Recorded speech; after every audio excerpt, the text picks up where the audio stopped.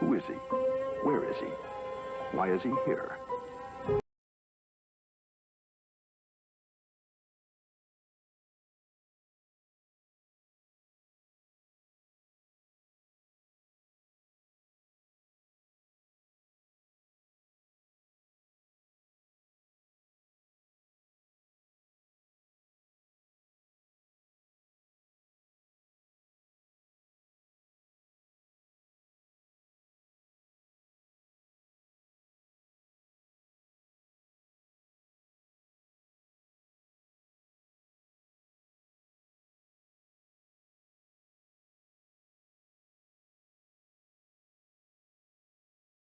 Why is he here?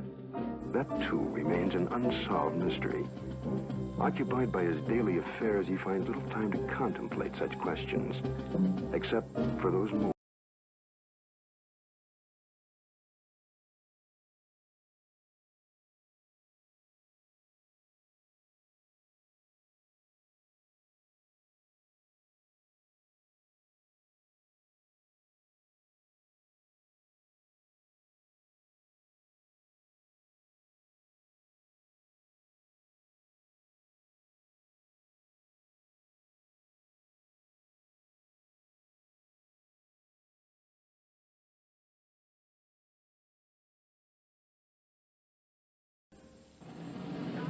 November 2nd, 1967. Two men are driving west of Loveland, Texas.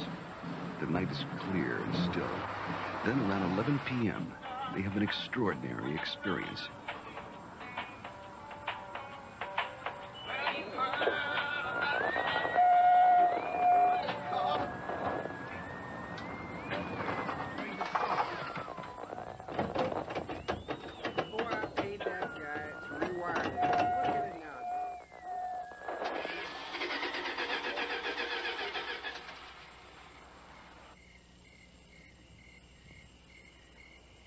Come on, let's get out and check it.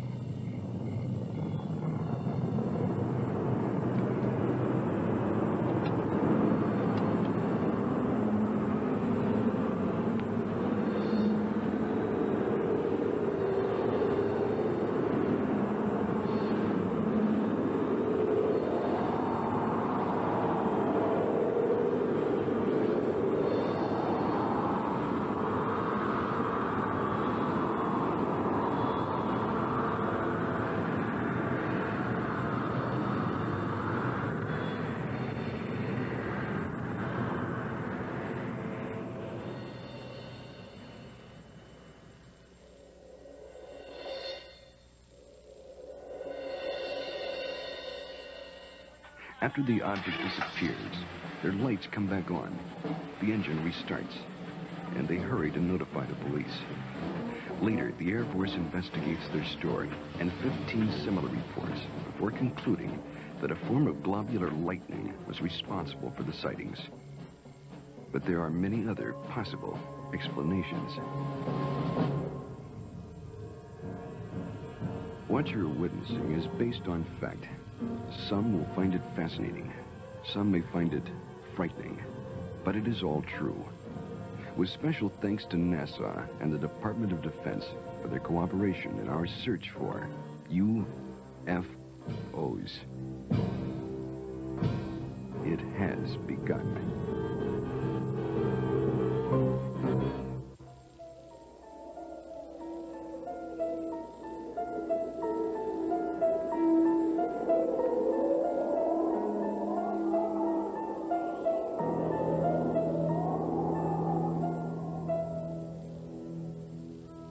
The Old Testament, Ezekiel chapter 1. It came to pass that the heavens were opened, and I saw visions of God. Out of the midst thereof came the likeness of 4 living creatures. They had the likeness of man. Now, as I beheld the living creatures, behold, one wheel upon the earth by the living creatures. The appearance of the wheels and their work was like unto the color beryl, and their appearance and their work was, as it were, a wheel in the middle of a wheel. And when they went upon their four sides, and they turned not when they went. As for their rings, they were so high, they were dreadful, and their rings were full of eyes, round about them four. And when the living creatures were, the wheels went by them. And when the living creatures were lifted up from the earth, the wheels lifted up. This account took place some 500 years before Christ. Other accounts very similar appear in earlier ancient writings. The Greeks and Romans also are known to have made observations of such things as phantom chariots appearing in the night sky. Records also tell us that during the reign of Charlemagne, there were many accounts of encounters with tyrants of the air and their aerial ships. These accounts so concerned Charlemagne that those reporting such strange phenomena were subject to torture and death. Here is one recorded event given between the 8th and 9th century in France. One day, among other instances, it chanced at Lyon that 3 men and a woman were seen descending from these aerial ships. The entire city gathered about them, saying that they were magicians sent by Charlemagne's enemy to destroy the French harvest. In vain, the 4 innocents sought to vindicate themselves, saying that they were their own country folk and had been carried away a short time since by miraculous men who had shown them unheard of marvels. Luckily, the Bishop of Lyon pronounced the incident as false, saying it was not true these men had fallen from the sky, and what the townfolk said they had seen there was impossible. The people believed what their good bishop said rather than their own eyes, and set at liberty the 4 ambassadors from the ship. The date was November 12th, the year 1887. The time was near midnight aboard the sailing ship Siberian, when it was reported that several people aboard ship witnessed a huge sphere of fire. It was observed arising out of the ocean.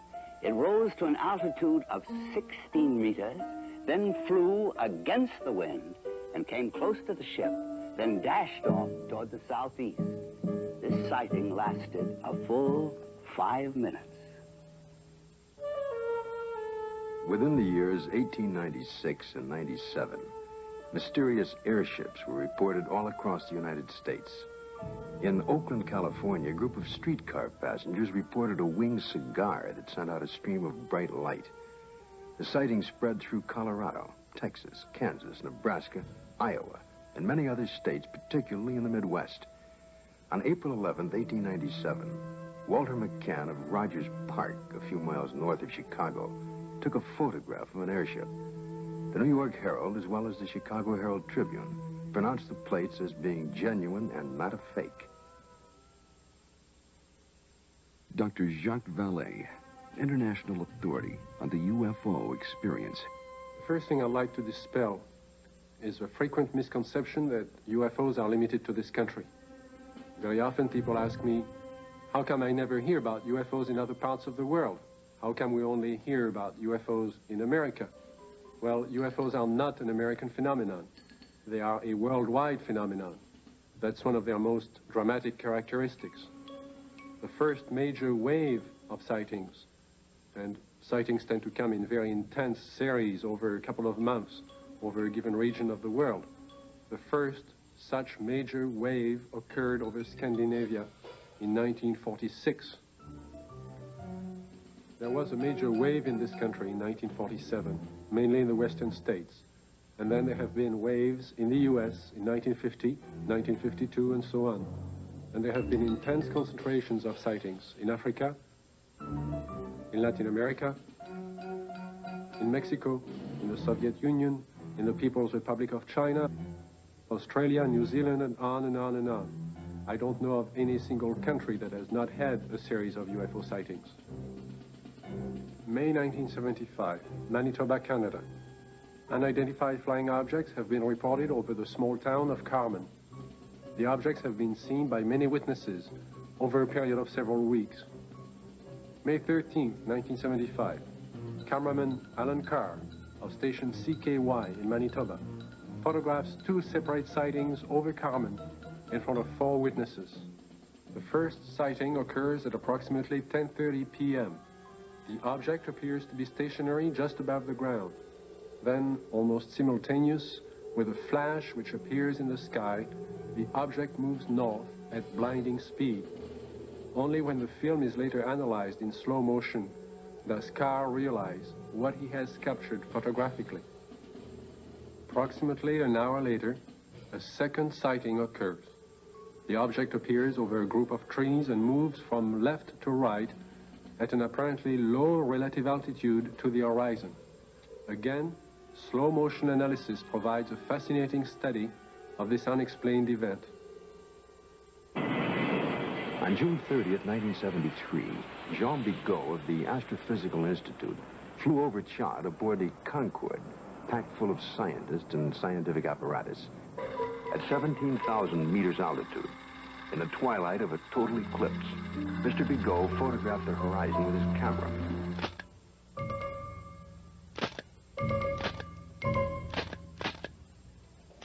When the photo was enlarged, one of the slides showed what you're now seeing. If you look closely at this photograph, it resembles exactly what has been cited by many Americans during 1973 and 74. Although NASA takes no official position as to the UFO phenomena and their probable explanation, nevertheless, there remains on the record several unexplainable sightings by Gemini, Apollo, and Skylab astronauts. The first sighting occurred during Gemini 4 in June of 1965. Astronaut Jim McDivitt suddenly spotted a cylindrical object with arms and antenna. And when seen against the day sky, it appeared white or silvery. The object then appeared to be moving toward the craft. Suddenly, they lost sight of it. During the sighting, the astronauts were able to take these photographs and movie films of the UFO. Gemini 5, later that year, after 3 days and 5 hours into their mission, were contacted by Houston Control Center, advising the astronauts that Houston had picked up and was tracking another object, which was pacing Gemini across the entire United States. They estimated the UFO between 2,000 to 10,000 yards from the craft, and as large as the Gemini craft itself. Because of the limitations of viewing area aboard their capsule, no visual contact was made. Radar continued to track the object until they passed the Ascension Islands in the Atlantic. It then disappeared. Gemini 10 crew, Collins and Young, picked up objects traveling together in orbit. A positive identification has, to date, not been made. This photo was taken during the Gemini 11 flight on the 18th revolution, 27 hours and 47 minutes after liftoff. September 13th, 1966. This UFO was tracked visually and recorded on film by the crew, and is truly considered unidentified by the photo interpretation experts at NASA. Perhaps the strongest and most spectacular of all the sightings took place aboard Apollo 11 on its way to the moon for the first moon landing.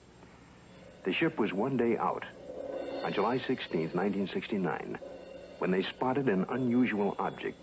It had a sizable dimension to it. At first, the crew thought it was the Saturn IV booster rocket and called Houston for confirmation. Houston informed them the booster in question was some 6,000 miles away. The object remains unknown. During the Skylab 3 second manned flight, on the 23rd day of 1973, at sunrise, a series of 4 exposures were made by the crew of a visually sighted unidentified flying object, or satellite, as considered by the NASA Photo Interpretation Laboratory. The Skylab crew noticed a large star-shaped object, brighter than a planet or star. They watched it for about 10 minutes. They estimated its distance as from 30 to 50 nautical miles from Skylab. It, too, remains an unknown, despite North American Air Defense and NASA's attempt to identify it. Among the thousands of military men in recent times who lost their lives while in the service of their country, the circumstances surrounding Captain Mantell's death are indeed extraordinary. This experienced military pilot who'd flown in the invasion of Normandy and numerous missions over the Rhine under heavy attack would take with him to his death perhaps the closest glimpse of what was thought to be a UFO. The date is January the 7th, 1948. The time is 2 o'clock in the afternoon here at the Godman Air Force Base, just outside of Louisville, Kentucky. A Kentucky state policeman calls in to report what he has sighted. It's an unusual aircraft, circular in appearance, approximately 250 to 300 feet in diameter. I'd say it's moving westwardly at a pretty good clip. Any information? Negative. I will check with our commanding officer. Instructions were given to contact nearby Wright-Patterson Air Base to see if they had any experimental aircraft up in that area. Flight test. We have no experimental aircraft in the area. The reports still continued to come in from adjoining towns. At 1:45 p.m., it happens. It's very white and looks like an umbrella. I don't know what it is. Through the binocs, it appears to have a red border at the bottom at times and a red border at the top at times. At approximately 2:30 p.m., a flight of Air Force P-51s come into view. The base commander decides to contact the flight leader, Captain Mantell. This is Godman Base Commander. Roger, Godman Tower. This is NG-869, flight leader, over. NG-869 from Godman Tower. We have an object out south of Godman here that we were unable to identify. We'd like you to take a look for it. Roger, I will take a look for you if you give me the correct reading. Mantell moves ahead of its wingman. The tower advises the flight leader to correct his course 5 degrees to the left to 210 degrees from Godman Tower. Godman Tower, this is flight leader NG-869, Captain Mantell. Object traveling at half my speed and directly ahead of me and above, and I'm closing in to take a good look. Can you give us a description? Appears metallic and to be of tremendous size. I'm going to 20,000 feet. The other pilots level off under 15,000 feet and start down. At approximately 3:15 p.m., Godman Tower loses sight of the UFO. 5 minutes later, the report came in that Captain Mantell's plane had crashed. He was found dead. His watch had stopped at 3:10 p.m. that afternoon. What was it that caused this experienced pilot to become intrigued with an object that he would unwittingly give his life pursuing? 6 months later, a cylindrical-shaped object giving off a phosphorescent glow was to be sighted in the night sky over Robbins Air Force Base in Georgia. At 2:45 a.m., Captain C.S. Childs and First Officer J.B. Whitted were piloting a routine Eastern Airlines flight number 576 from Houston to Atlanta when Whitted reports, "We sighted an object coming toward us. This strange object had a stream of red fire coming from its tail, and I could see it was much larger than anything I had seen or read about." Childs then notices that the object had no wings supporting it. It passed us on the right side. Its speed was about 700 miles per hour. And both men get a very good look at this unusual object. It was about 100 feet long, shaped like a cigar. As it passed, they clearly saw 2 rows of windows, an upper and lower, that were large and square. During that evening, there was a third witness, the one passenger who was awake on that Eastern Airlines flight, Clarence McKelvey. I was startled, frightened. A male steward came to me and said, "I notice you've been looking out the window. Will you talk to the pilot?" And I said, "Well, of course." The pilot came down with his clipboard. He was visibly shaken. He told me that he had been a flyer in the war and had covered so many million miles of flight and had never seen anything like this before. What was it that I saw? Well, I saw this object. It was cigar-shaped. It had a row of windows. Behind them, it was lit. Out of the rear was a cherry red flame. This hair-raising experience was witnessed by 3 aircraft, a passenger, and ground observers added more corroboration. The conclusion of an air intelligence report was that the object remains unidentified as to origin, construction, and power source, and goes into the record classified as unknown. This is the Pentagon, Washington, D.C. And this man is Colonel Bill Coleman. He was Chief of Public Information for the United States Air Force from 1969 to 1974.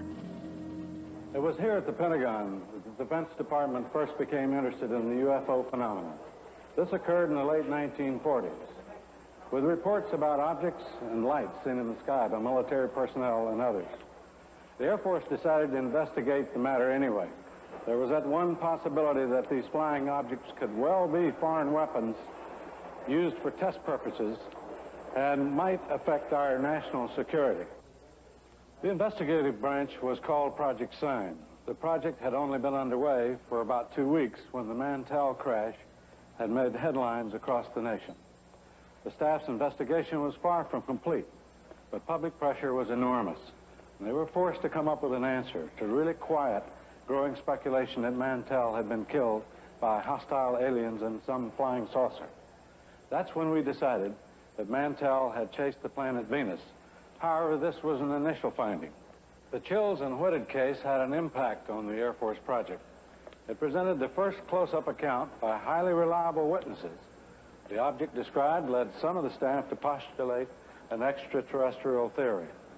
And they wrote up an estimate of the situation, which at the time was classified top secret, suggesting that the saucers were from outer space. This theory was rejected by the Air Force Chief of Staff, General Hoyt Vandenberg, and even other Project Sign staff members as not having enough proof. So the extraterrestrial visitation idea was dropped for the time being. It's been said in jest that if these UFOs are from other worlds and they wanted it to be known, all they'd have to do is land on the White House lawn. But an incredible incident, too quickly forgotten in time, took place over our Capitol. In 1952, Air Force spokesman for the Pentagon and UFOs at that time, Mr. Al Chop, relates the famous incident that stirred the Capitol, causing a request from even President Truman to be kept up to date on all the details. There were radar reports of unidentified flying objects over the nation's capital. We had 3 reports. One came from Andrews Air Force Base radar control room, and 2 from the radar controls at Washington National Airport. The first sightings consisted of a number of unidentified targets picked up on radar. Then a call was placed from National to the Andrews Air Force Base flight controllers.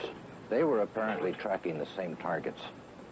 Then Andrews reported a visual observation of 3 objects that were apparently in the same position as those indicated by our radar sets. The targets stayed on radar until about 12:30 a.m. They moved slowly at first, about 100 to 200 miles per hour. Then one of the targets sped away at a fantastic rate of speed. It moved west from Andrews toward Riverdale. Army 142. The estimated speed was 7,300 miles per hour. At this time, in the tower, we had about 7 targets on the radar scope. These unidentified objects were flying all over the city. They even violated the restricted air corridors here over the White House and over the Capitol building. The phenomena wasn't to subside.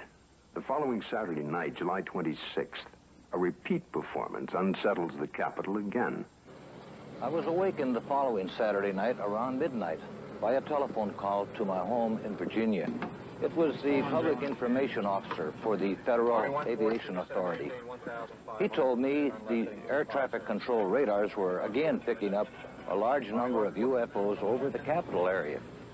First, they would follow a definite flight path, and then they would suddenly disappear. Others would come into view just as suddenly. I placed the phone call to the command post in the Pentagon, and I asked for an intercept. About 2:40 a.m., we got a radio call from a flight of F-94s, 2 aircraft in the flight. They also, at about that moment, appeared on our scope. And at that moment, a very frightening thing happened to us. All of our unknown traffic completely disappeared the moment those aircraft came on the scope. The flight leader called in and said, well, it doesn't look like we're going to do any good here, so we're going to go back to base. And at the very moment those aircraft disappeared, all of our unknown traffic appeared again on our scope.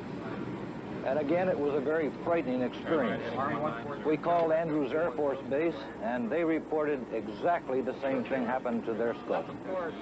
At 10 a.m. on the morning after the sighting, General Landry, at the request of President Truman, called intelligence to find out what was happening over Washington. It was the largest and longest press conference held in the Pentagon since World War II. General Samford headed the conference and said that he was personally satisfied that the radar scope sightings were the result of temperature inversions, which are known and account for certain blips on radar. Although this was the conclusion of the Air Force investigations, interestingly enough, the actual report begins with this opening comment: a study of the various reports regarding the subject. Radar sightings do not allow a positive and final explanation to be made. The CIA now would enter the picture by convening a panel of top scientists to examine the UFO phenomena. The CIA's concern was that recent waves of sightings might constitute a threat to our national security. The thinking was that the enemy could exploit UFOs as a decoy in the preparation for an attack on the United States. 5 outstanding scientists and various Air Force and CIA representatives were to meet on Wednesday, January 14th, 1953. Among the panel members was one associate member who was destined to have more experience with the UFO phenomena than any other American scientist to date, Dr. J. Allen Hynek, astrophysicist and head of the astronomy department of Northwestern University. I was called into the meeting on Thursday. The panel members were seated around this table. It was a rather somber and impressive occasion, actually. I was a junior member, and I remember feeling considerably nervous and apprehensive about being in front of this powerhouse of scientists. But then for the past 4 years, I had been scientific advisor to the U.S. Air Force on this very problem. There were 2 films that were of particular interest to the panel at that time. One was a film taken by a Navy officer while on vacation in Utah, near Tremonton, Utah, and the other was a film taken in Great Falls, Montana, by the owner of the local baseball team. The Utah film had already been subjected to some 1,000 or so man-hours of analysis by the Navy's Photographic Interpretation Laboratory.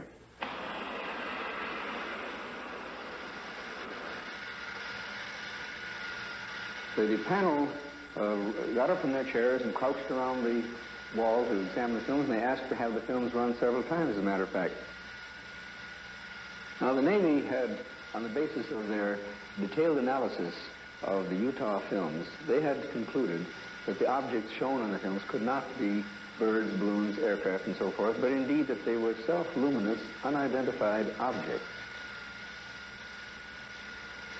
Despite this conclusion, the panel rejected it and concluded that the objects were birds. They couldn't be unidentified, therefore they had to be birds. I came away from the meeting and from the room with the distinct feeling, however, that the panel had deliberately moved to debunk the whole subject and not to give it the serious scientific attention which it deserved. It seems the CIA was to become involved in the UFO phenomena again, in a most unusual way. A series of episodes were to take place that, up until the airing of this program, were not public knowledge. The events were so bizarre that it's hard to conceive they happened to individuals associated with such no-nonsense organizations as the Office of Naval Intelligence and the CIA. This man is retired Lieutenant Colonel Robert Friend, U.S. Air Force, and former head of Project Blue Book. Friend, now on the management staff of Celesco Industries Incorporated, which builds and launches missiles for defense testing purposes. Friend now relates this most unusual experience.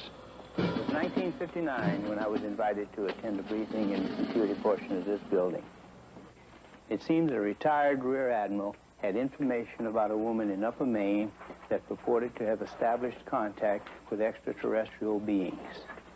2 naval intelligence officers were sent to investigate. The naval officers met with the woman, and she went into a trance, supposedly to establish contact with the purported extraterrestrials. And then they asked her scientific and technical questions that a woman of her education could not possibly know the answers to.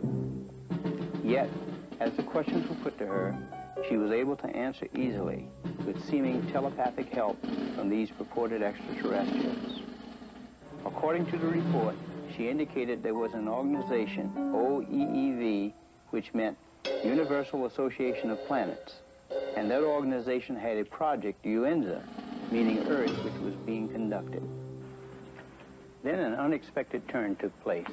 One of the naval officers was informed by the woman that they, the extraterrestrials, were willing to answer questions directly through him, a naval commander and intelligence officer with no prior experience in telepathic communication.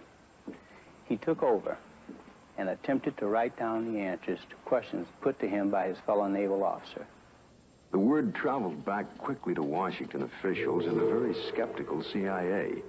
Nevertheless, there was no reason to totally disbelieve the report of this highly respected Navy commander. Questions were put to him, such as, do you favor the government, religious group, or race? And would there be a third world war? The answer to both was no. The group then asked if they could see a spaceship, and the commander, still in a trance, told them to go to the window and they would have proof. The group moved to the window where they supposedly observed a UFO. I was told that a call was made for radar confirmation. The reply came back that that particular quadrant of the area was blanked out on radar at the time. After being briefed on all of the details, I asked the commander if he would attempt to contact me. He sat for several minutes and then appeared in a deep trance with his Adam's apple moving up and down rapidly. Questions were put to him, and he answered them by printing in rather large letters using rapid but jerky motions. It wasn't at all like his natural hand. During the course of the questioning, we learned the names of some of the so-called extraterrestrials. One was Krill, C-R-L-L-L. Another, Alomar, A-L-O-M-A-R. And another, Alpha, A-F-F-A, purportedly from the planet Uranus. A case that just as well could have been written by a very imaginative science fiction writer. But here in my hand is the actual account of the incident by one of the agents present at that time. The names of 7 men present are listed here. Because of the unusual nature of the incident and at their request, their names will remain confidential. Another reason for control of the Blue Book files was to protect the names of witnesses. To help satisfy public demand, periodic summary releases were made. We had no proof that we were indeed being visited by extraterrestrial vehicles under intelligent control. However, we couldn't prove that there weren't spaceships either. It created a dilemma for the Air Force. In 1966, an important incident takes place in Michigan. It creates enough of an uproar that President Gerald Ford would at that time call for a congressional hearing on UFOs. Here are excerpts from Ford's actual letter to the House Armed Services Committee. The Air Force sent a consultant, Dr. J. Allen Hynek, to investigate various reports, and he dismissed all of them as products of college student pranks, or swamp gas, or an impression created by the rising crescent moon and the planet Venus. I do not agree that all of these reports can be or should be so easily explained away. I am proposing that the Science and Astronautics Committee, or the Armed Services Committee of the House, schedule hearings on the subject of UFOs and invite testimony from both the executive branch of government and some persons who claim to have seen UFOs. I think we owe it to the people to establish credibility regarding UFOs. Sincerely, Gerald R. Ford, Member of Congress. Congress acts on Ford's letter and holds an open hearing under the chairmanship of L. Mendel Rivers of the House Armed Services Committee. Only 3 persons are invited to testify. The Secretary of the Air Force, Dr. J. Allen Hynek, and Project Blue Book head at the time, Colonel Hector Quintanilla. Hector Quintanilla relates the events and reports of the unusual sighting that led up to the congressional hearing. There were 2 sightings, one at Hillsdale and the other one here at Dexter. Based upon the original reports from the Sheriff's Department, it all began at 8:35 p.m. on March 20th, when Frank Manor, who used to live over there, reported to the sheriff's office that he had seen a strange object in the swamp over there. According to the police report, the police officer, in company with the complainant, proceeded along Territorial Road until they reached Brant Road, at which time they turned left, proceeded to the end of the road, secured their vehicle, got out of the automobile, proceeded along the cornfield, keeping the trees lined to their left. Then they crossed an open field to the creek. They crossed the creek and reached this point, which was their vantage point, and observed the object. Frank Manor described the object as brown in color, quilted, with a porthole in the center, sort of flat on the bottom, cone-shaped towards the top. Two small lights, one at each end, one glowing bluish green, the other one a brilliant red, with a glow at the bottom. Well, of course, by the time I arrived, the situation was so charged with emotion that it was impossible for me to do any really serious investigating. I had to fight my way through reporters to interview the witnesses. Other sightings were reported over the area, and a solution from Dr. Hynek and Major Quintanilla seemed in the offing. Well, the pressure was mounting for an official explanation. There were more than 60 newsmen jammed in at that news conference. I gave what I thought to be at that time the only scientific explanation possible for the faint lights in the swampy area. I made the statement that it could be swamp gas, and even though I went on to emphasize that I couldn't prove it in a court of law, that was the full explanation for these sightings. Well, the press picked up the phrase, swamp gas, and rushed off to the telephones, and I was to come into a great deal of criticism over it.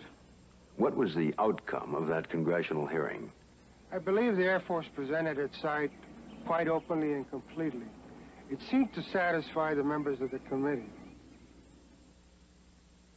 Now a remarkable observation is to be recorded.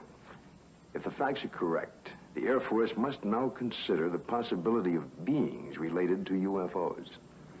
It happened in Socorro, New Mexico, here just outside of this quiet desert town.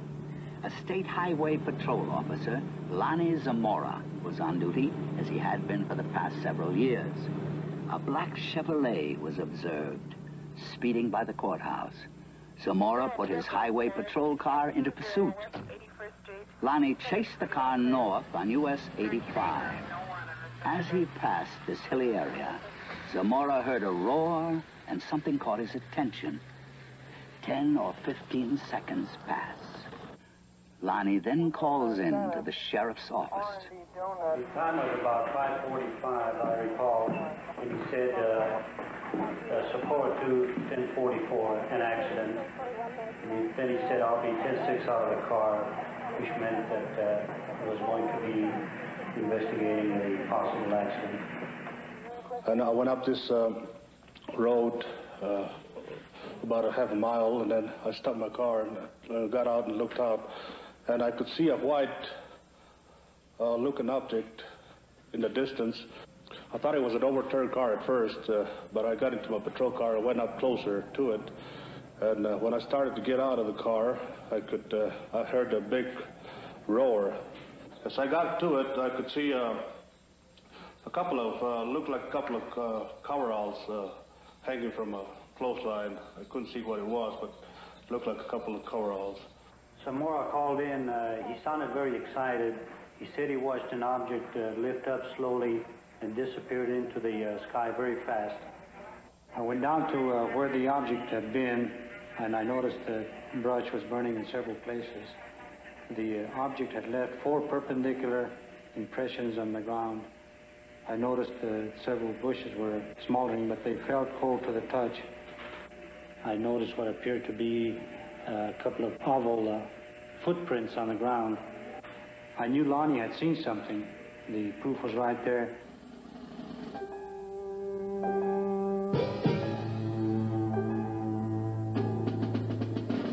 The incident was very interesting, to say the least. It seems to differ from practically all the earlier cases we investigated from one standpoint. The vehicle had left pod marks.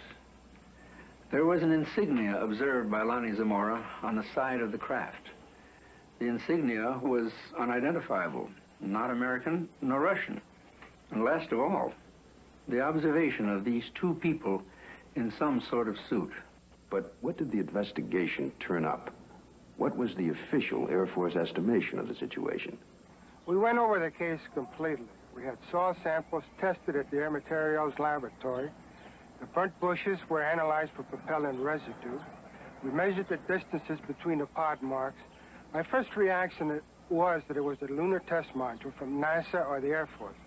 That seemed to be the only logical explanation. This was probably the best documented case in the Air Force files, and I checked it out everywhere, all the way up to the top, even to the White House command post, and nothing.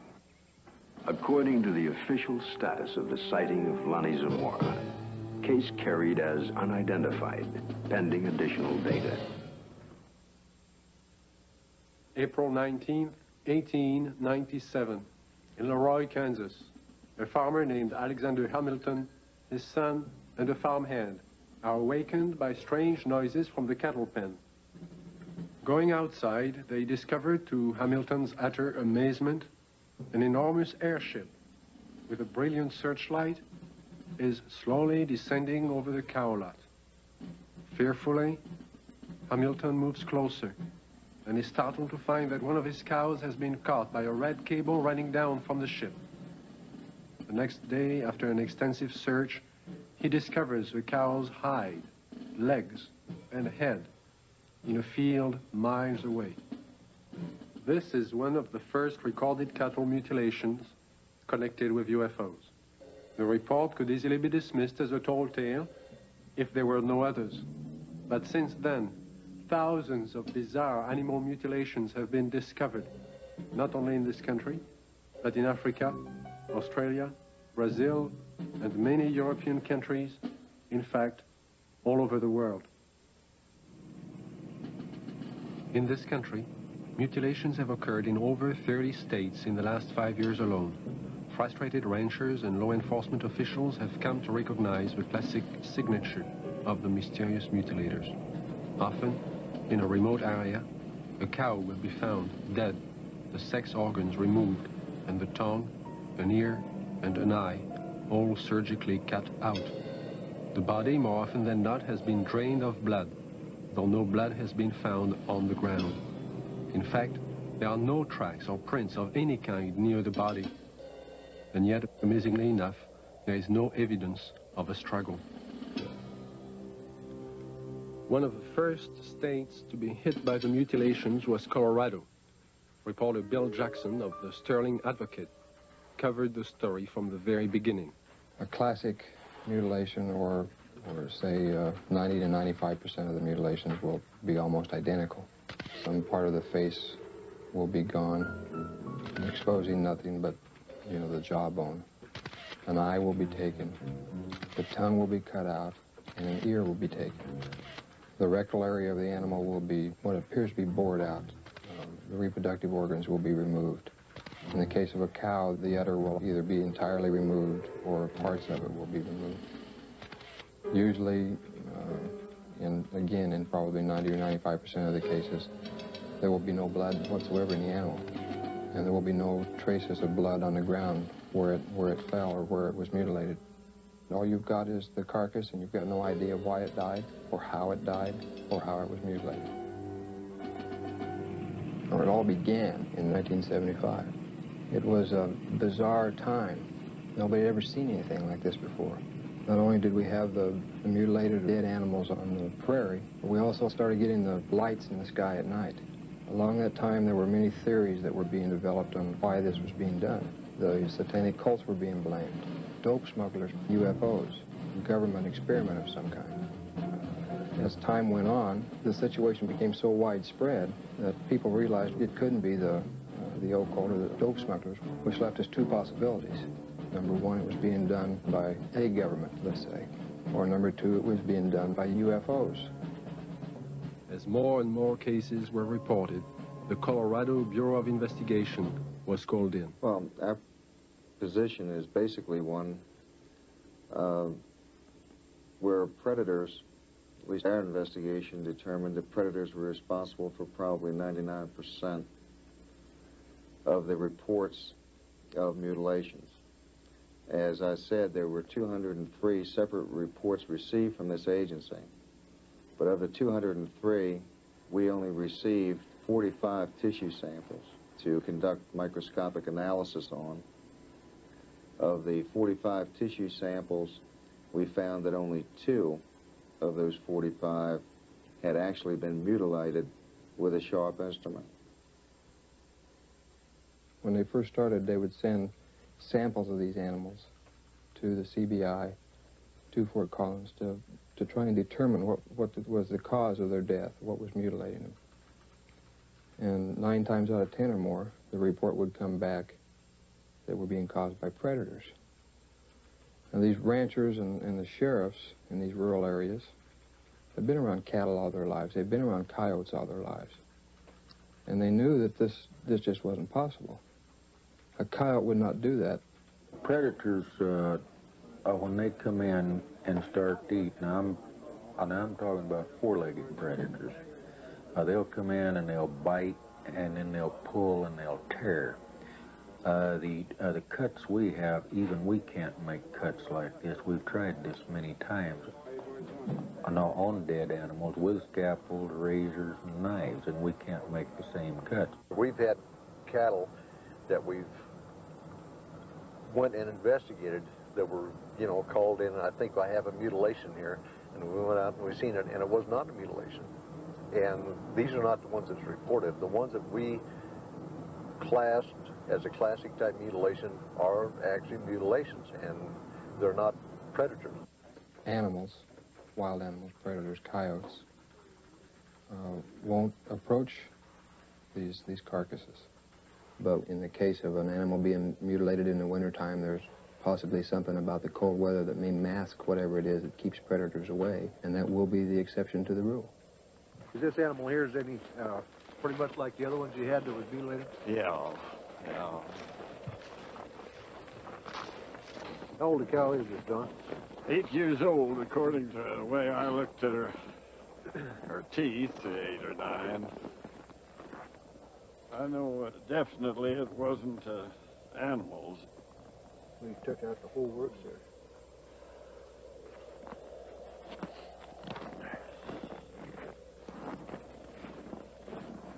Don, now on this critter here, how this looks like a real incised wound. Yeah. How it looks is definitely cut. Oh, yeah. And everything, you can tell that. I mean, even at the age that it is right now, that's opposed to the way it is to where the animals have been to it on this other side over here. Kind of noticed there, the difference there, Don, between here and how animals have been to that, and that flesh is torn. Yeah. And it's not a real incise, but yet when we seen this animal the other day, now these were all incise, good clean cuts on it. Definitely. So that's a good example of what we was trying to say about the lab up there. They said that it was predators doing it, but that definitely wasn't a predator wound there. No, I wouldn't say. Well, it looks like they went clear from the navel here, turned back in underneath here, and took the whole bag and out of the whole works out, and they cored down into the rectum, the whole rectal area. It looks like it got back into some of the reproductive organs back in there.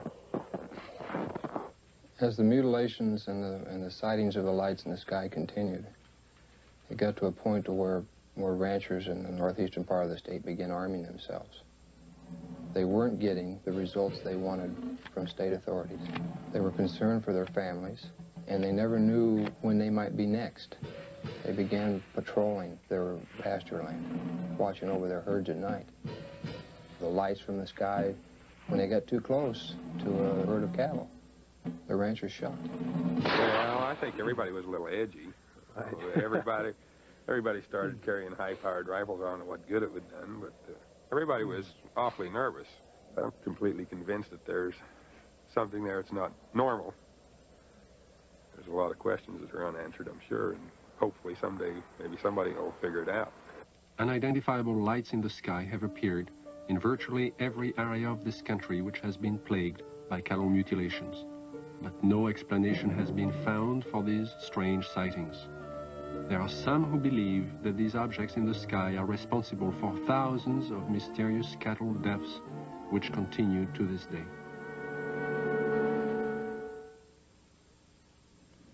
Though state and local officials have stated their views about the mutilation mystery, surprisingly few veterinarians will speak publicly about the situation. This man is an exception. Dr. William Fitzgerald runs an animal clinic in Durango, Colorado. Because of his expertise in the field of veterinary medicine, he was asked by the sheriff's office to perform an autopsy on a mutilated cow found in a remote area of state-owned forest. This particular animal had been largely exsanguinated. The anus and about the first 4 inches of the rectum had been removed. The preputial skin and the last 2 or 3 inches of the penis had been severed flush with the body wall. The left eye had been removed, and the last 1/3 of the tongue had been cut. A portion of the lips on the left side of the animal were also sawed off, presumably to gain access to the tongue, but this makes no sense because that portion of the tongue could have been easily pulled out and cut off without that, so I don't understand that point. Reports I have heard, some that I have read subsequent to this time, indicate that people have seen mutilations that they attributed to predators. And if this was a predator, he had 2 feet and a 6-inch knife, because it was a very sharp single cut in most instances. And although not the world's leading expert, I work with knives frequently. I know what they do. I know the marks they leave. Exsanguination, the removal of blood from an animal, has been a predominant trademark of the mutilators. Few officials have found an answer to the technique used in this procedure. Dr. Fitzgerald describes what he thinks is the method. If a large bore needle is placed in the animal's jugular vein while the animal is sedated, under anesthesia, or awake if you like, somehow restrained, however, the animal's heart will function as a pump and will pump out very nearly all of its blood through that needle. As the animal's blood supply begins to diminish, a natural physiological mechanism takes over and sequesters or draws what remaining blood is left into the internal organs in the center to supply the vital organs, the liver, the heart, the brain. And it will leave the peripheral area, the skin, all of the non-vital centers, largely bloodless. So if you can successfully withdraw the major portion of an animal's blood, you can cut on that animal and there will be virtually no bleeding at all from the surface. I know that I keep coming back to this point, but the animal was apparently restrained with something other than ropes. Why, I don't know. It was apparently washed completely clean. Why, I don't know. And it was in a very remote area. Perhaps these things tie together. Perhaps whoever, whatever, performed this didn't want to be observed. I think one of my initial feelings was that somebody certainly went to an awful lot of trouble to get back into a remote area where I don't believe you'd casually know there were even cattle to do all of this.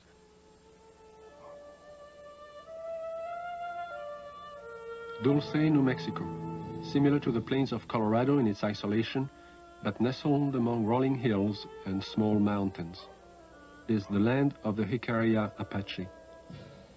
Tradition is strong here. Indian women weave intricate baskets and create delicate beadwork. The men preside over tribal business and raise cattle. And here, as in Logan County, the night sky has been lit with the glow of unknown flying objects, and cattle are found mutilated. Officer Gabe Valdez of the New Mexico State Police and retired scientist Howard Burgess, who pioneered the development of Kirlian photography in this country, periodically pooled their knowledge and expertise in an effort to solve the mutilation mystery.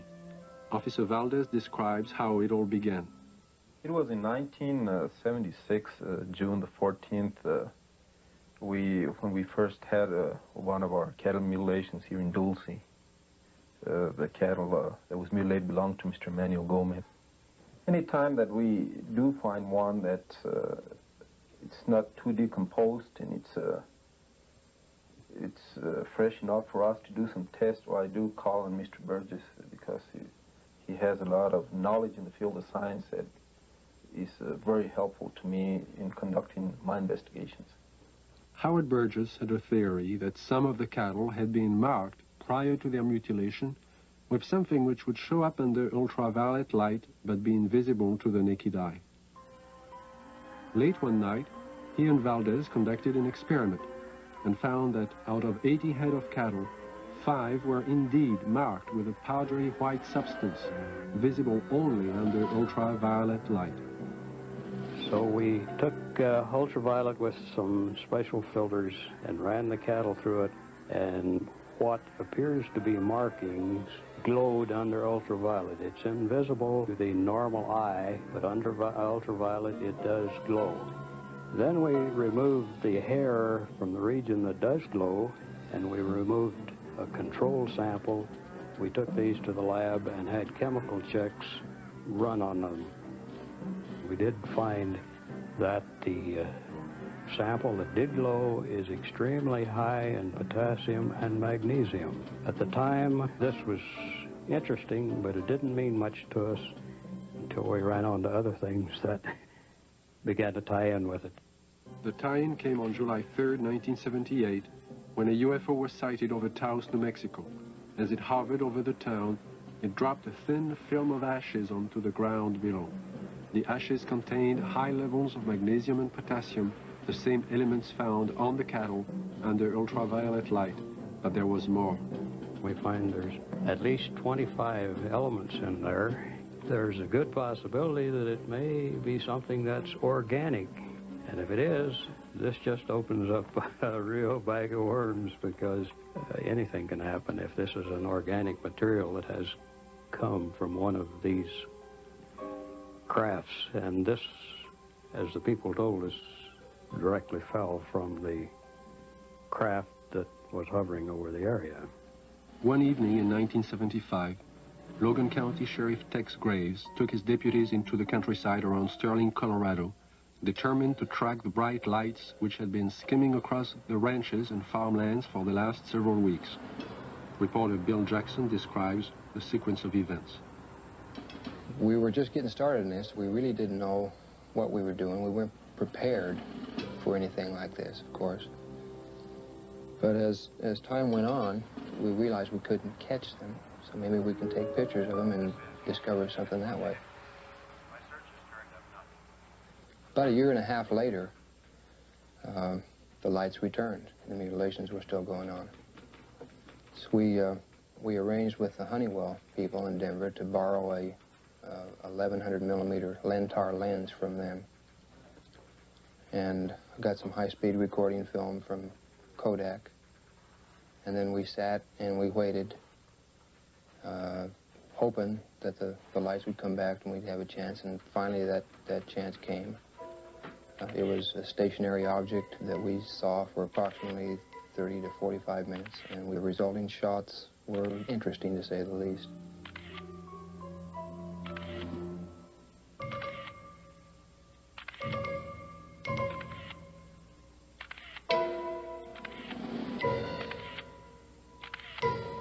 Shortly after these final exposures, the object just disappeared. It was almost like somebody hit a light switch and it was there no longer. What are these unidentifiable lights? What is their nature and their purpose? Why have they appeared in the night skies immediately prior to the discovery of mutilated cattle? And how many more animals will die before the mystery is solved?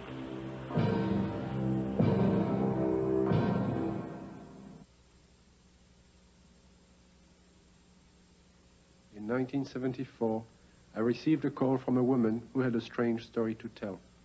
One night, as she and 3 friends were returning to Los Angeles from Lompoc, California, they encountered an unidentified light in the sky. Thinking at first it was a helicopter, the friends paid little attention. When the object began to fly in unusual patterns at extremely high speeds, the passengers soon realized they were dealing with something out of the ordinary. What happened next is best told in the woman's own words. Helen is a fictional name. Her real name is being withheld at her own request. I saw it come into the sky from the top of the mountain range and go straight up and do a 90-degree angle toward us, and I called it to the attention of Don, John, and Sue. And they saw it too, and it was there. I was not on dope or alcohol or anything like that. And it came, starting doing really erratic things in the sky. It was a small white light and very easy to see. We were not mistaking anything. It came over to the car, flipped over and went around on the other side toward the other hills and came back, settled above the car. By this time, because it was so close, it was 8 lanes freeway, at least in diameter and even a little wider, saucer-shaped, a very white, luminescent light emitted from the entirety of it. The ship stayed above us, out in front of us, about a minute or 2, and we watched it, and none of us were saying a thing. And we just kept driving, and it kept staying in front of us. And then out of the perimeter of it, closest to us, came 4 white beams of light, very much like funnel-shaped, smaller at the perimeter, and they descended upon us and came around each one of our bodies. And out of each one of our bodies, we started to float into that beam of light. The best description would be molecularly being dispersed. And when I looked over at Don and Sue and John, their bodies, their legs and their bottoms are still on the car seat, and their heads and their shoulders and their chest molecules were going through the roof of the car, along with mine. We didn't lose consciousness while this happened. We were completely conscious of going through the roof. And the bottom molecules of our body were coming through too, and we were about 3.5 or 4 feet outside the car, going toward the ship, and we hit an energy field, a strong one, and remembered nothing. Next thing I did remember, we were coming back, the same process, going back into the car. It wasn't until several years later that Helen realized she had experienced more than she remembered. Mental images, which she couldn't explain, caused her to visit a specialist who put her through a memory regression. In this relaxed state, Helen recalled the evening in question and described in detail the experience of being taken aboard the UFO. I came to, and standing in front of me was a very tall man with whitish hair, kind of bronze, beautifully tan type of skin. And he had a long type of robish gown on, and he was looking at me, and very, very friendly. And he said he supposed I'd like to know what we were doing here. And I looked around, and I did want to know. There was a huge room that we were in that had a hallway off in front and a hallway off to the side. And they were round, curved hallways. The room was very light. Iridescent light radiated all over, but you didn't see a light bulb anywhere. In fact, you didn't see hardly anything except for the swivel chairs we were sitting in. And he proceeded to help me up. And when we walked together over to the screen in front of us, across the room, and he showed us some information, pictures, and it was very cordial and very easy to talk with. The man spoke to me in English, but concurrent with everything he said was a great deal of telepathic communication, and it was completely peaceful feeling. It all made sense.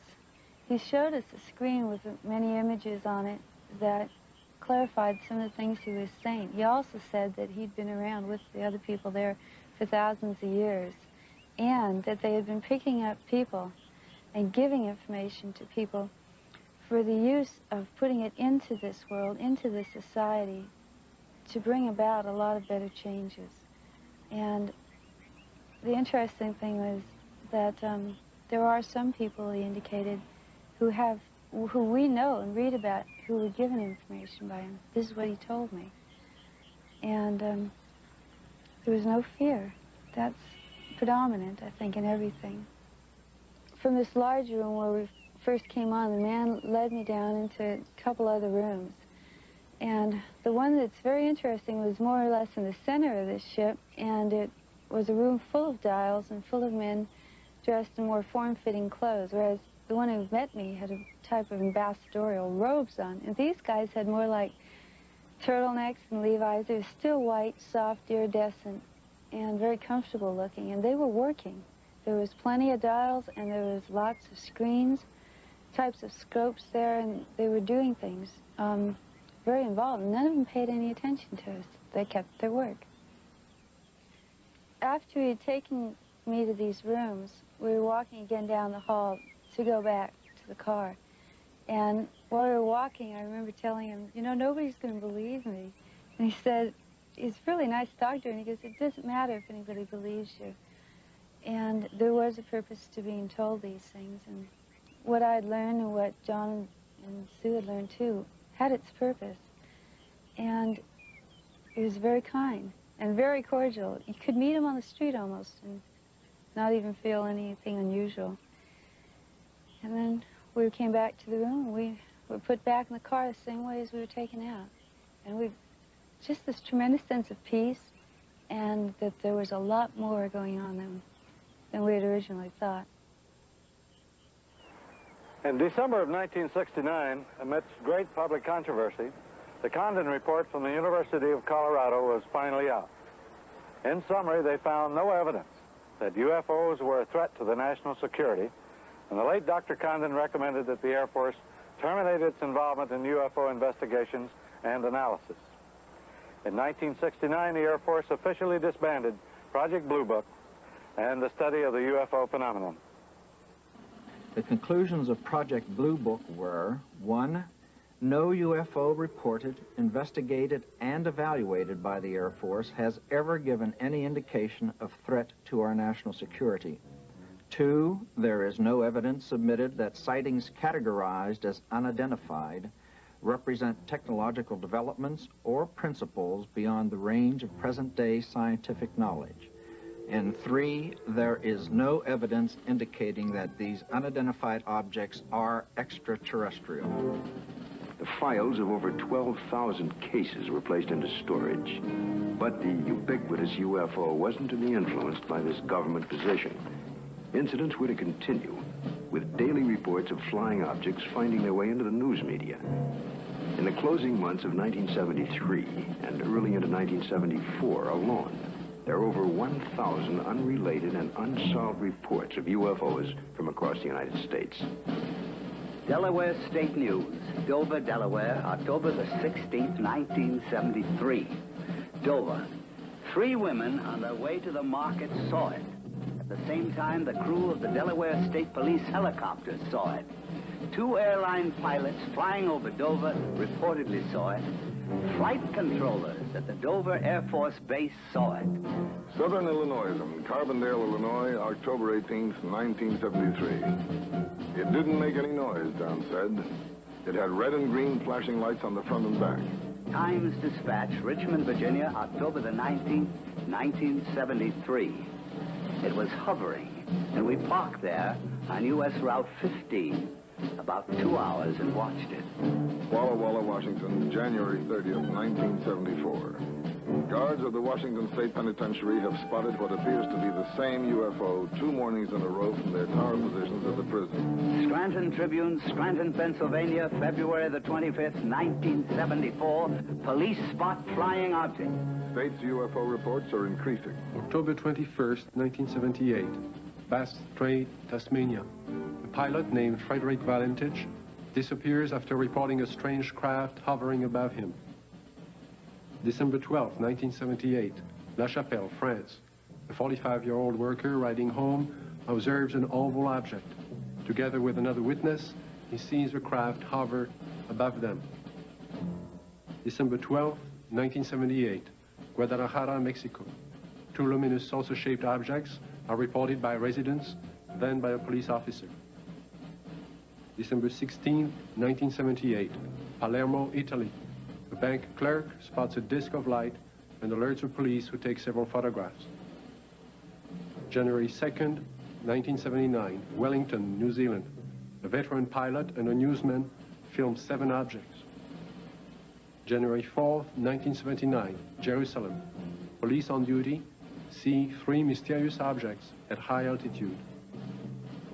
January 5th, 1979, Johannesburg, South Africa.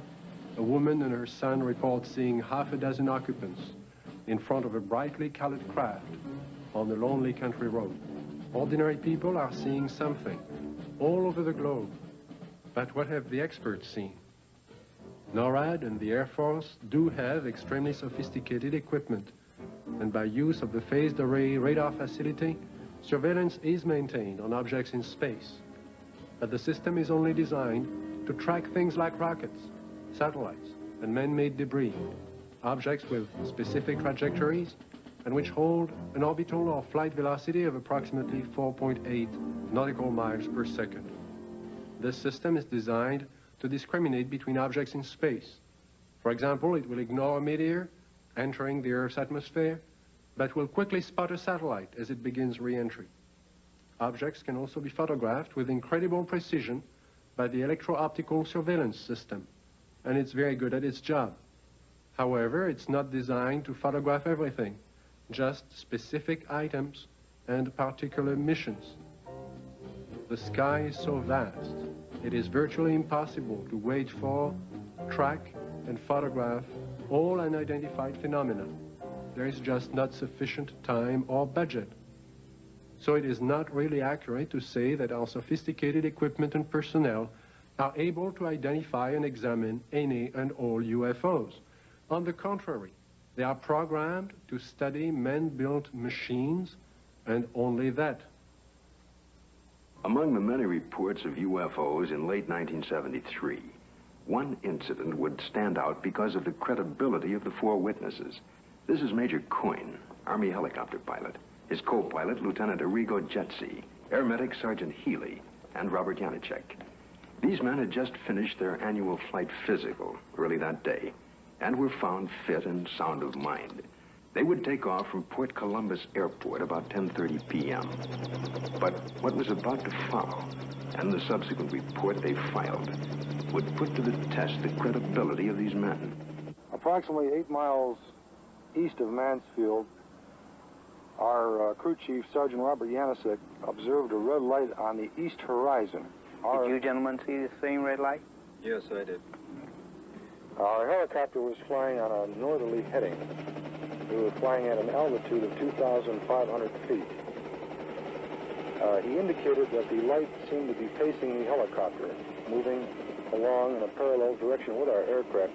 Which direction from the helicopter was the object? Moving, it was to our right, to the right side of the helicopter, and it was moving with us as we were heading north towards Cleveland. And at this time, he indicated that the light changed its direction and was coming directly at the helicopter at the same altitude.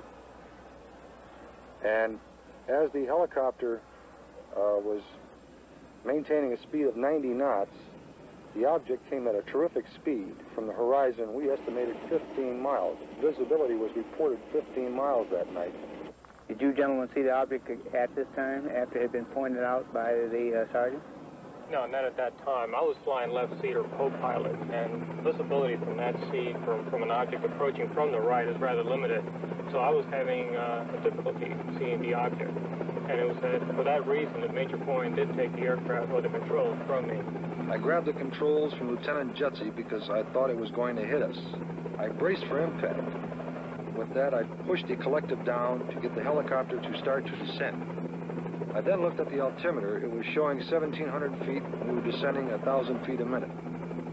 The helicopter began to descend, and as this object came at the helicopter, it seemed to descend with the helicopter. When the helicopter went down, the object came down, but it still came directly at our broadside, as if to hit the helicopter from the right side. Did anyone else see the object at this time? Yes, I was watching it come out of the east horizon. And the only thing I felt was when the skipper took over the controls and we started to auto-rotate down, and I'd never been involved in a mid-air collision, so I was just watching this thing come at us. It was at this time a light came swung 90 degrees from the UFO towards the helicopter. And it came in through the front of the plexiglass, and the entire cabin inside turned green from the light. It was a pyramid-shaped type light that beamed down and came through the front of the helicopter. How long was your aircraft bathed in this beam? The light that came into the cockpit apparently lasted only for a few seconds, but it was enough time that I observed the red instrument panel lights utilized for night flying to be absorbed by the green light. Was it possible for you to determine the outline of this object against the star background? Yes, sir. It was a cigar-shaped object, like a symmetrical airfoil with the dome on it. It was a solid object. It was a metallic structure to it. And you could see lights reflecting off the structure, and you could not see any of the stars or behind the object itself.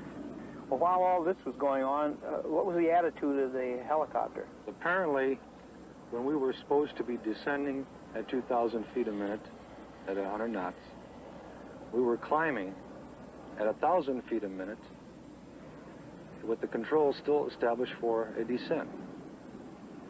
And we went from 1,700 feet up to 3,500 feet and topped out at 3,800 feet. I would like to stress one important fact, and that is there is approximately 20 years of Army aviation experience between the 4 men on board the helicopter that night. We have been trained to follow procedures and regulations in reporting incidences, regardless of how they're accepted. And we tried to follow those procedures. And we reported the incident as it occurred and have avoided any speculation on the subject.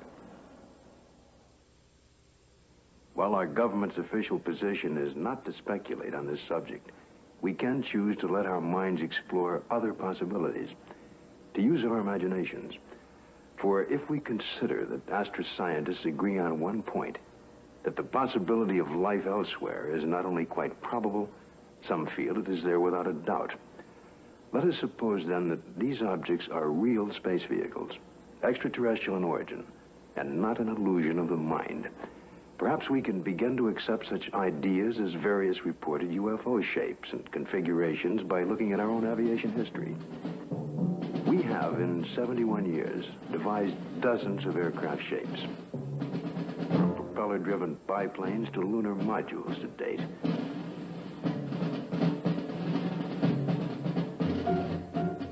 And by projecting into the future, it's conceivable that our technology may lead us to similar developments. As to the UFO's behavior, if they are space vehicles, they appear to have movement in advance of our understanding of what is possible in the 20th century. But we must realize, however, it stretches our imagination. There will be a 21st and 22nd and 23rd century, where the impossibilities of today may be tomorrow's commonplace. If these vehicles are of origins outside our Earth, then we must assume they are managed, controlled, and operated by some sort of beings, perhaps similar to us.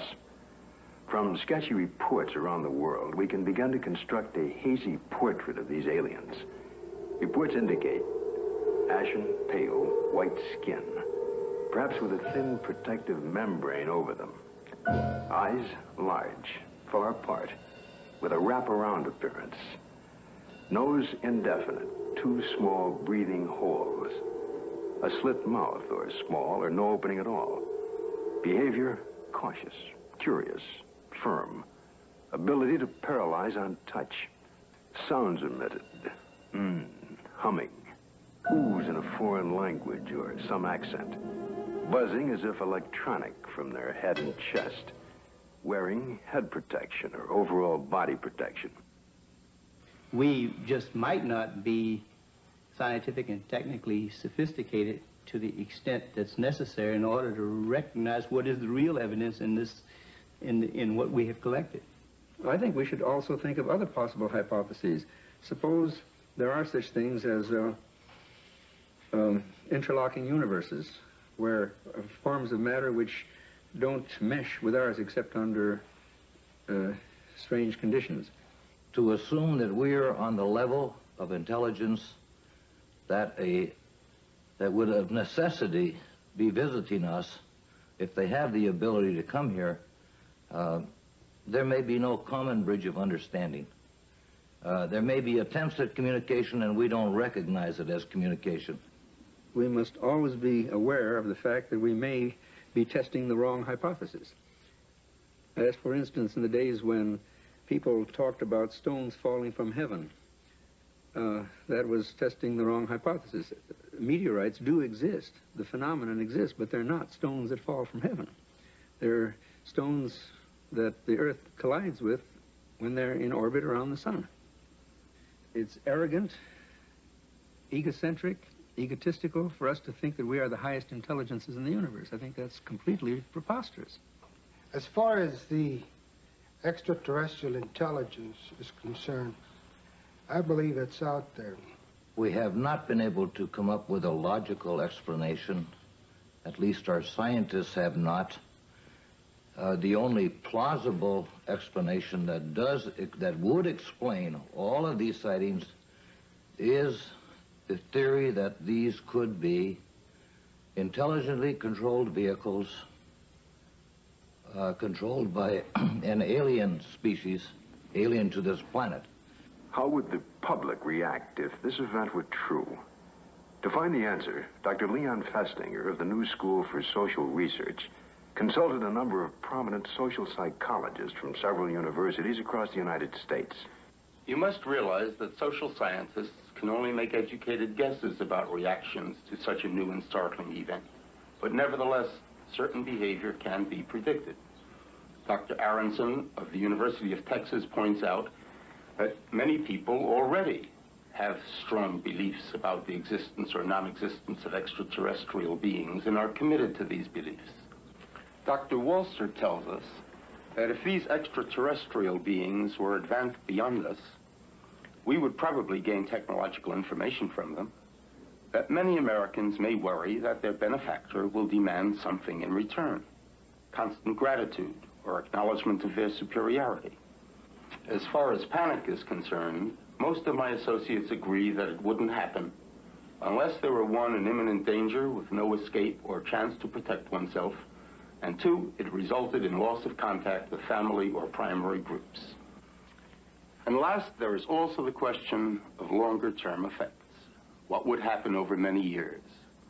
One social psychologist suggests that it might help to unite the world. If the visitors from space prove to be an enemy, he suggests, then we would unite as one species to drive the invader away and then to live in peace thereafter. We've so far talked of the past and the present, but what are the possibilities of the future?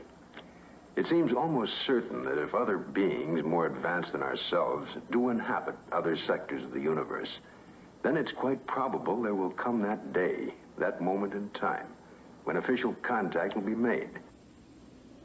Let's look at an incident that might happen in the future, or perhaps could have happened already.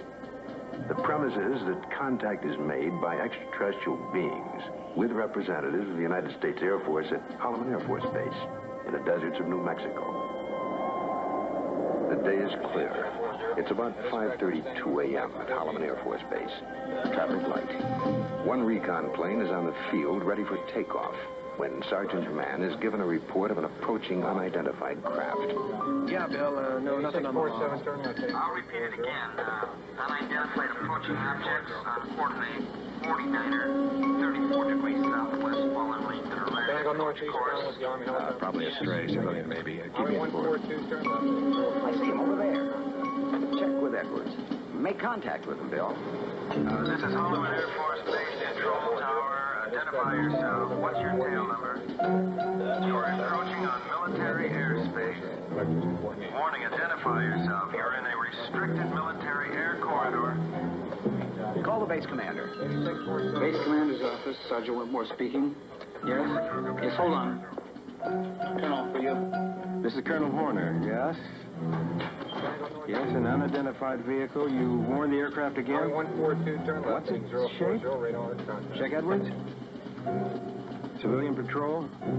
Okay, all right. Sound a red alert. Unidentified aircraft approaching. Hey, Bill, give me a quick check with Wright Patterson Intelligence. There may be an experimental craft from somewhere, I don't know, here. Alert the fire chief and security safety.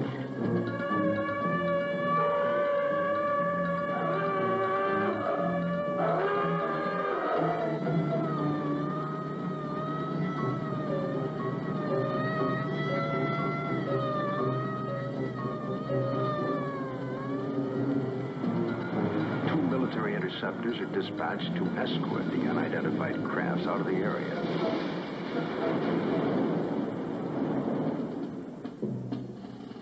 During a routine photographic mission, a tech sergeant and staff sergeant of the base photographic team were aboard a helicopter at the time and run off several feet of film of the three objects, one of which breaks away and begins a descent. A second high-speed camera crew on the ground runs off approximately 600 feet.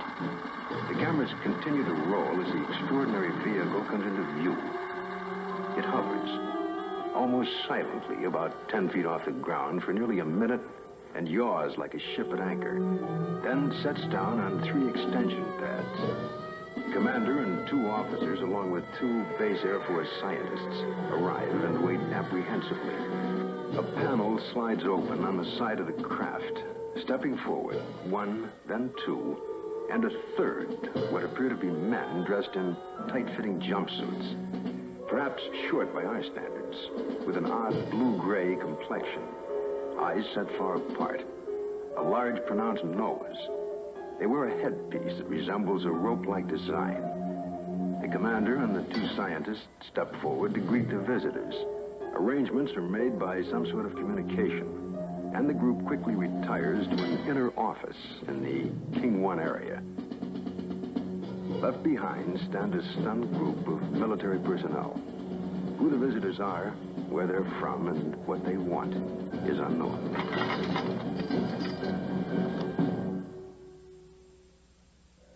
We now have a new challenge, perhaps the most monumental in recorded history. The opportunity to investigate a phenomenon that could change our destiny. Through the study and understanding of the UFO phenomena, we may discover a new energy force, or how to use it, or it could lead to an understanding of our relationship to life throughout the universe.